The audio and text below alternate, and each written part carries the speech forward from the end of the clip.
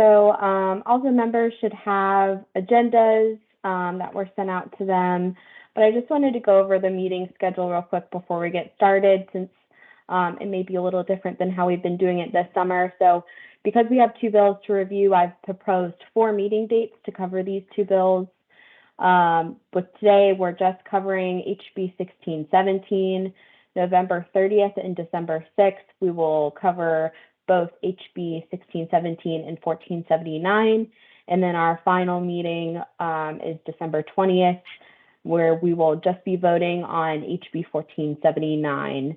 I understand that scheduling is a little difficult and we're kind of butting up right against the holidays, so I apologize for that, but hopefully that December 20th meeting will be very quick and will hopefully not interfere with any plans.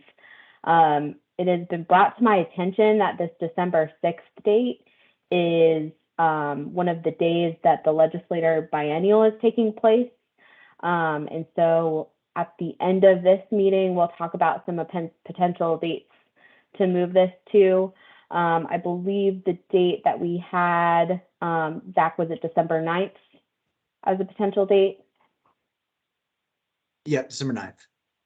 December 9th. So, as we are going through discussion today, just at some point, bring up your calendar and see if there's any conflicts with December 9th, and then we'll discuss this after we've talked about the bill.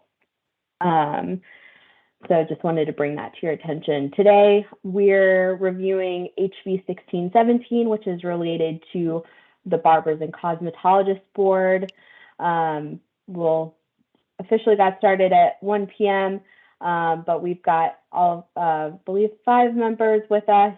And so just to give a quick overview, this is a complete rewrite of the Barbers and Cosmetologists code section where the current code has been repealed and replaced. Hey, do you know if the bill sponsor plans on joining us today? I don't think so. I did not hear from either one of them. Well, then, do you want to get us started and just kind of talk about some of the challenges that you've had and kind of what is the impetus for creating and introducing this bill? I sure will. Thank you. Thank y'all for taking the time today to let me speak. And I'm a little hoarse because I've got some bronchitis, so I'm going to try to get through this without coughing and interrupting. The reason why we decided to do this, Legislative Counsel Sean Marie and I had been working on for several years now, some changes in the language. And over the years of legislative language, things get mixed up, things get cut and pasted, and stuff gets left out. And back when we combined the cosmetology and the barbers in 2015, we kind of thought we had everything we needed in line, but we still did a lot of cutting and pasting. So this year we decided, let's stop all of this and the confusion, and the bill was really scattered out in a lot of different places, and it made it difficult for consumer professionals to go in and look up the specific laws that they needed to see that covered them. So we decided we would compact it down and make it more simple and user-friendly, at the same time trying to adjust some of the issues of things that got left out, as well as correct language that was incorrect. And we have been for about 5 years now trying to batting around the idea of adding another licensure to it for hair removal. In the cosmetology and aesthetics, we do hair removal with everything except for lasers. And we've got a lot of people that like to just do body waxing or do threading or whatever. And to be able to do that, under our current law, they have to go to school for either 1,000 hours for an aesthetics license or 1,500 for cosmetology. And we felt like if we could design a smaller modality of licensure that was less hours, less time in school, they could still do the apprentice program if they chose to, but they would put some people to work in the industry making a decent salary without having to go through education that they would never use. So that's why we wanted to add the hair removal bill to this also. we have a lot of clarification in it that we're trying to, and I'll give you an example. Today's market, a lot of people buy these big buildings, high-rise buildings, and they rent the rooms out as units or suites. And unfortunately, a lot of our licensees think that because they're renting a suite inside a big building, they don't have to comply with the cosmetology laws to have licensure or to meet the standards for hot and cold running water and things that they need to run a facility. And so when we cite them, they don't understand, and they'll say, well, there's nothing in your law about suites. So one of the things that we combined, we put everything under the definition of facilities. So everything that you could name, a beauty shop, a salon, a spa, a suite, is under the definition of facilities. And then throughout the rest of the bill, we just refer to them as facilities. And so those things make it more simple and user-friendly for us to be able to go through and pull up the law and determine, you know, what does govern and what these people are required to do. If you'll notice, the disciplinary section wasn't in there, and we were holding out on that because we have a lot of problems with the discipline side of it, with miscommunication with when we get a new AG rep. One of them will say that interpret the law one way and another interpret another way. So we were trying to get some more clear-cut language, and we've come to the conclusion that the language is not the problem. It's how we're going to have to implement it that we're going to have to change. But 43-10-15 in the code section is actual discipline that we have used all along. And I did send a copy of that to Megan this morning after I spoke with our attorneys at our board meeting. And so we would like to insert that in as a disciplinary. But even without that, if you go back and look at the original code section that governs professional licensing boards, there is a section in the beginning that gives discipline power to all the boards, and that covered pretty much everything that we have in our separate disciplinary rule. But basically the reason for it is simply for clarification, unification, simplicity, and easy to interpret. And that's Great, basically why we did it. So I've got 43-10-15 pulled up, and I'm sharing that, and I'll send this out to members through email when we're finished here. But this is generally, so if I understand correctly, this will be essentially not repealed and replaced, and you are planning on keeping this exact same language? Exactly, yes. Okay. Do you know if it's possible for you to send us an updated bill for us to review with that code section added, just so that you know, there's no confusion on whether or not you are leaving out that section? Okay, I think that would be helpful. I can do it, but it may be this afternoon. I'm still in Macon, and I have to drive back to just outside of Augusta. It may be this afternoon or the first thing in the morning, if that's okay. Yeah, I think any time before our second meeting would be best. Okay, gotcha.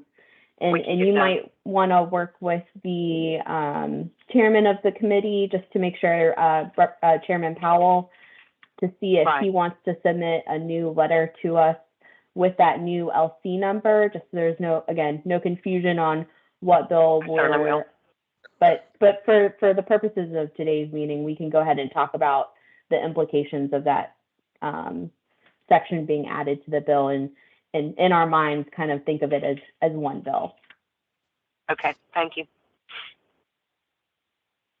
Does anybody have any questions that they'd like to ask Kay? Kay, did you introduce yourself in kind of your position? I did not, and I'm so sorry. My name is Kay Kendrick, and I am the chair of the Cosmetology and Barber Board, and we govern cosmetology, barber, aesthetics, and nails, and any of the additions that fall underneath that board. Thank you.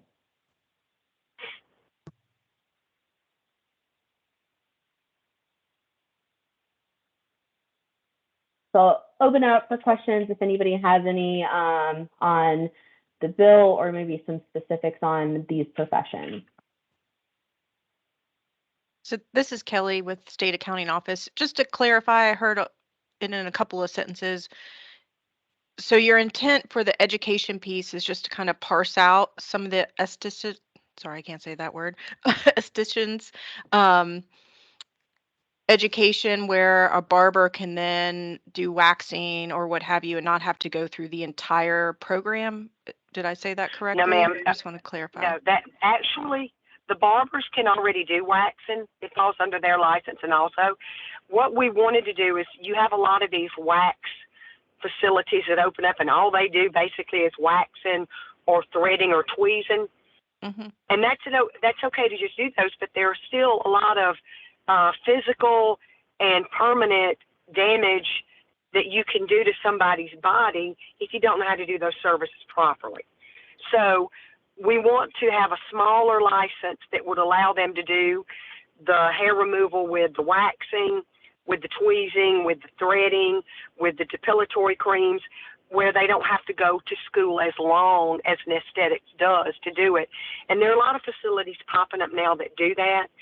And I'll give you an example of the dangers. Number one, if you abrade the skin or you pull a hair out of a pore and you're using a dirty wax pot or you're redipping the sticks in the pot twice, you've contaminated. And then let's say a lady's got herpes and you've just waxed her and now you're waxing somebody's eyes, you can give that woman herpes of the eyes. And we did have a case in New York several years ago where a woman went blind from getting herpes of the eyes. And it was a large settlement that New York had to pay out for lack of governing the industry. Elderly people, their skin is thin. And if you tweeze it too hard or you pull too hard with wax, or you can actually split their skin. And people that don't know how to do these services properly, to ask the proper questions, like, are you on blood thinners? Are you a diabetic? You know, all those, are you a free bleeder? All of those questions are things that someone in training would know to ask, and they would analyze the skin before they ever allowed them to do a service.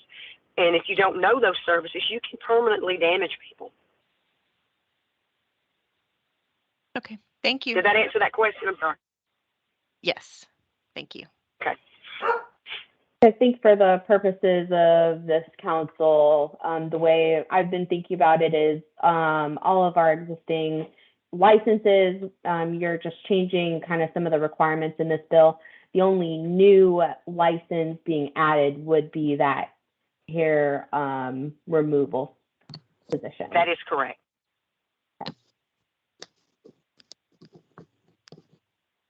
Now, the schools already have, can I just interject one thing? The schools already have the education for this, and they've already got curriculum. And our national licensing exam already has an exam developed and ready to deliver because they deliver it in, I think, 12 other states. So it wouldn't be a financial burden to the state to add this to it. It would just be an add-on service.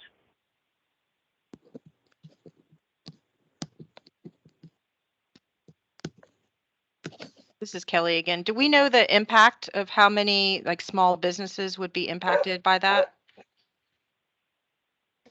You know, I don't know an exact number, but I can tell you that on a monthly basis, we may have the ones that our inspectors actually catch waxing without any kind of license. We may have 8 or 10 a week. And those are just the ones that we catch. And we necessarily don't know about them unless someone complains about one, or unless one of our inspectors happens to ride by and see a sign. And that's something that we can certainly look into in between this meeting and our next meeting, is maybe how many businesses in Georgia are I guess, registered as businesses with those types of services being offered, to get a clear idea. I think as far as all of our regular licensing facilities, if I'm not mistaken, we have 97,000 facilities, and the majority of those facilities, with the exception of the nail shops, can do the waxing services.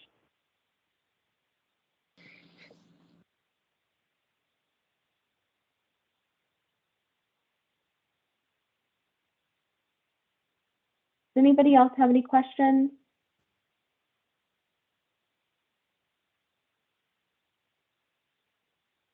Okay. Kay, you're more than welcome to stick around for the rest of the meeting, but if you have another meeting to go to, feel free to hang up. We'll have a recording of this meeting posted online, hopefully within a day or two. But now we'll move on to Zach, who will be presenting some research done by OPB just to give kind of a state-by-state comparison on the changes being presented in this bill. Thank you. All right, I'm gonna share my screen real quick because I made a quick little PowerPoint.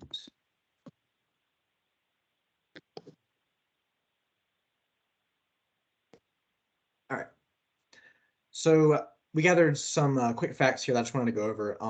As you saw in your email, we send out like a massive Excel file with state by state from all 50 states about how the states compare from all the different professions. You got barbers, estheticians, cosmetologists, nail techs, hair removal. So the master file has everything. This kind of just goes over briefly some of the trends that we saw within that research. So first, I want to start off with the current up-to-date stats from the Georgia Secretary of State's office about the active licenses for each of these occupations. So for the master barber, we have currently 5,000 active licensees in the state of Georgia. For cosmetologists, which is also referred to as master cosmetologist in this bill, so that's some language change that we saw comparing the new bill to the current legislation. So for master cosmetologist / cosmetologist, 50,264 current licenses, which is the largest number out of these occupations. For hair designer, we have 1,093 active licensees. For the estheticians, we have 5,719 active licensees. For the nail technicians, 9,447. And then for the profession known as Barber 2, we just have 86. That's the number we got last week from the Secretary of State's office.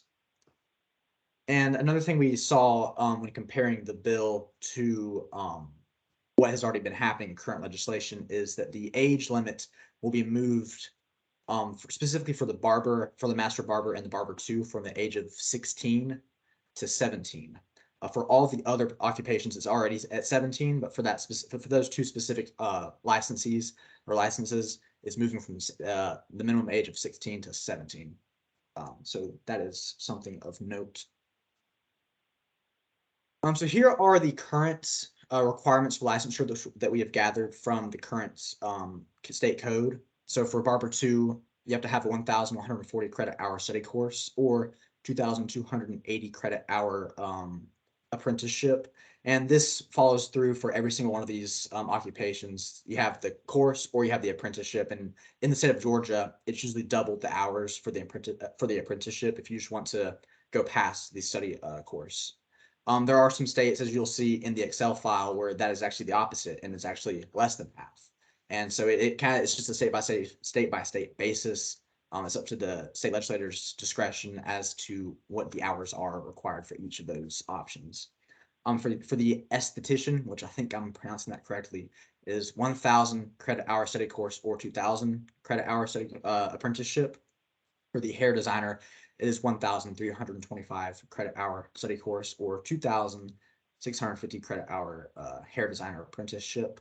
For master barber, it is 1,500 credit hour study course or a 3,000 credit hour apprenticeship. And finally, for the cosmetologist, which in the new bill, it'll be referred to as master cosmetologist. It is a 1,500 credit hour study course, also 3,000 credit hour apprenticeship. Then here at the bottom, I have some more of the changes. So like I mentioned, master cosmetologist, in the language, it replaces just regular cosmetologist. So that's something of note.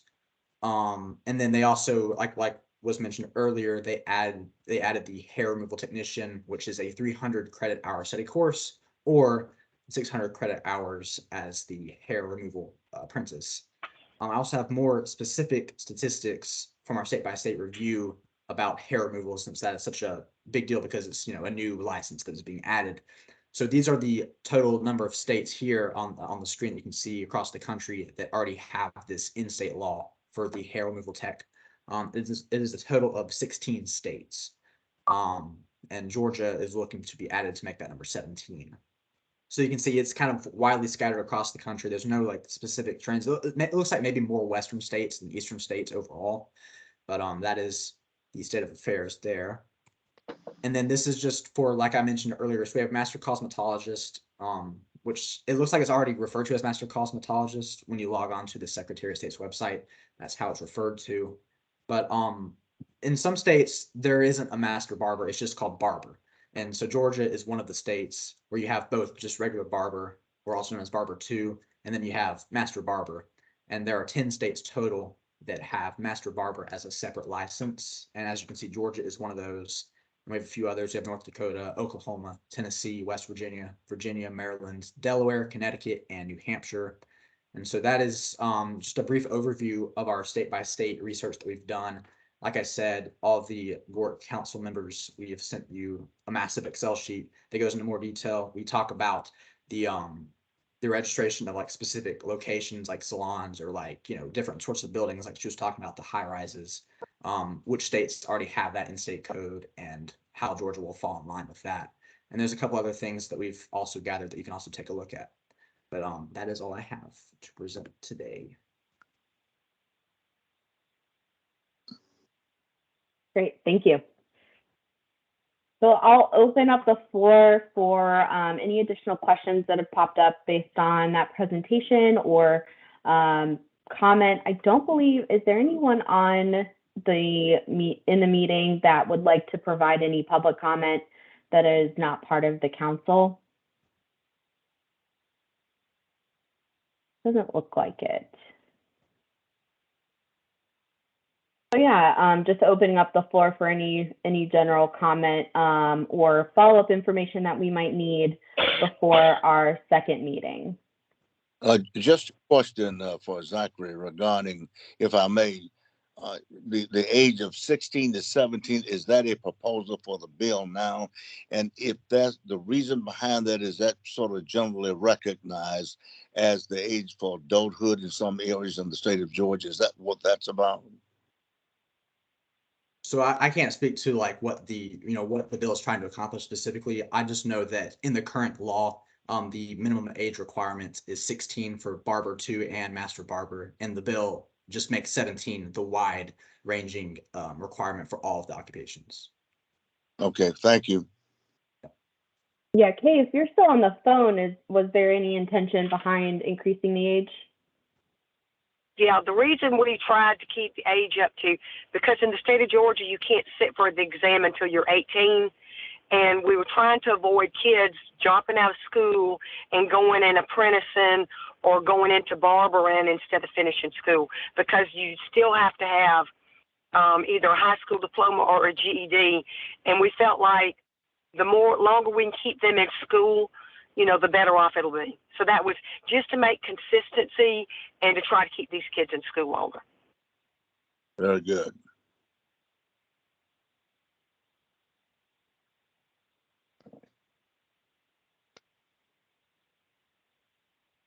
Anyone else?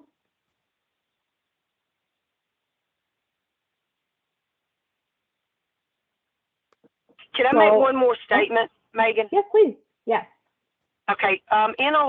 For years we always had cosmetology as a part of the vocational education in the high school system. In the 70s, when I was in school, that was a big part of it. And then it went out and those kind of vocations went away. And we're seeing that come back into the schools now.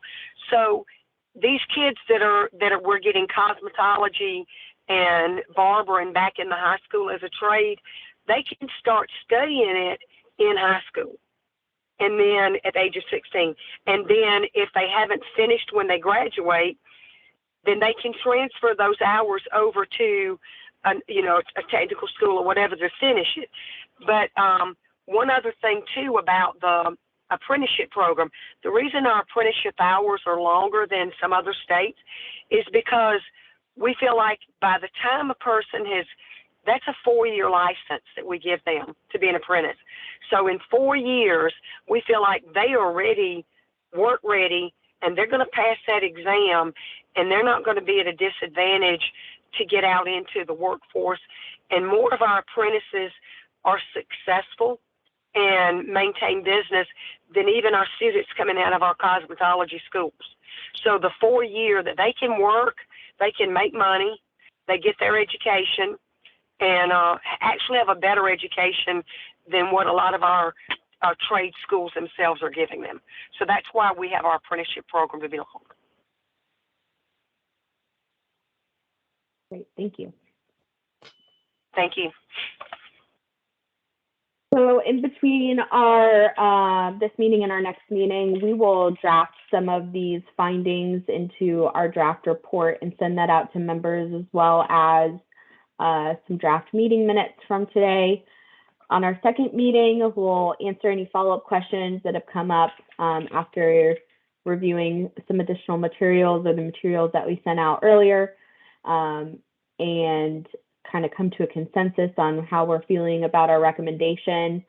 That third meeting will have a formal vote to approve a final draft of the report.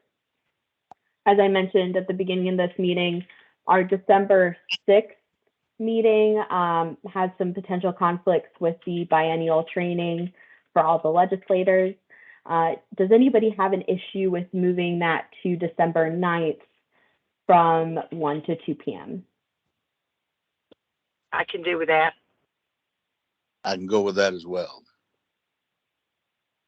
Kelly's good with that too.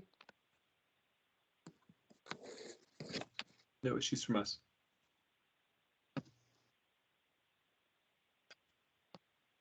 Or Ashley, do you all know if that December 9th meeting works for you? It's good with me. This is Kate. It should work for me as well. Great. So we will send out an updated meeting schedule and an agenda. We'll move also that Teams invite, calendar invite to that new date, and send that updated material along with our draft report. Really appreciate everyone's time today. I believe that is all of our agenda items. Our next meeting will be November 30th from 1 to 2. And if you all have any questions that you want us to look into, or questions for the Board of Cosmetologists, just let us know and we'll have that prepared for our second meeting. Thank Well, you. thank you guys so much, and we are adjourned. Thank you. Y'all all have a blessed day. Thank you.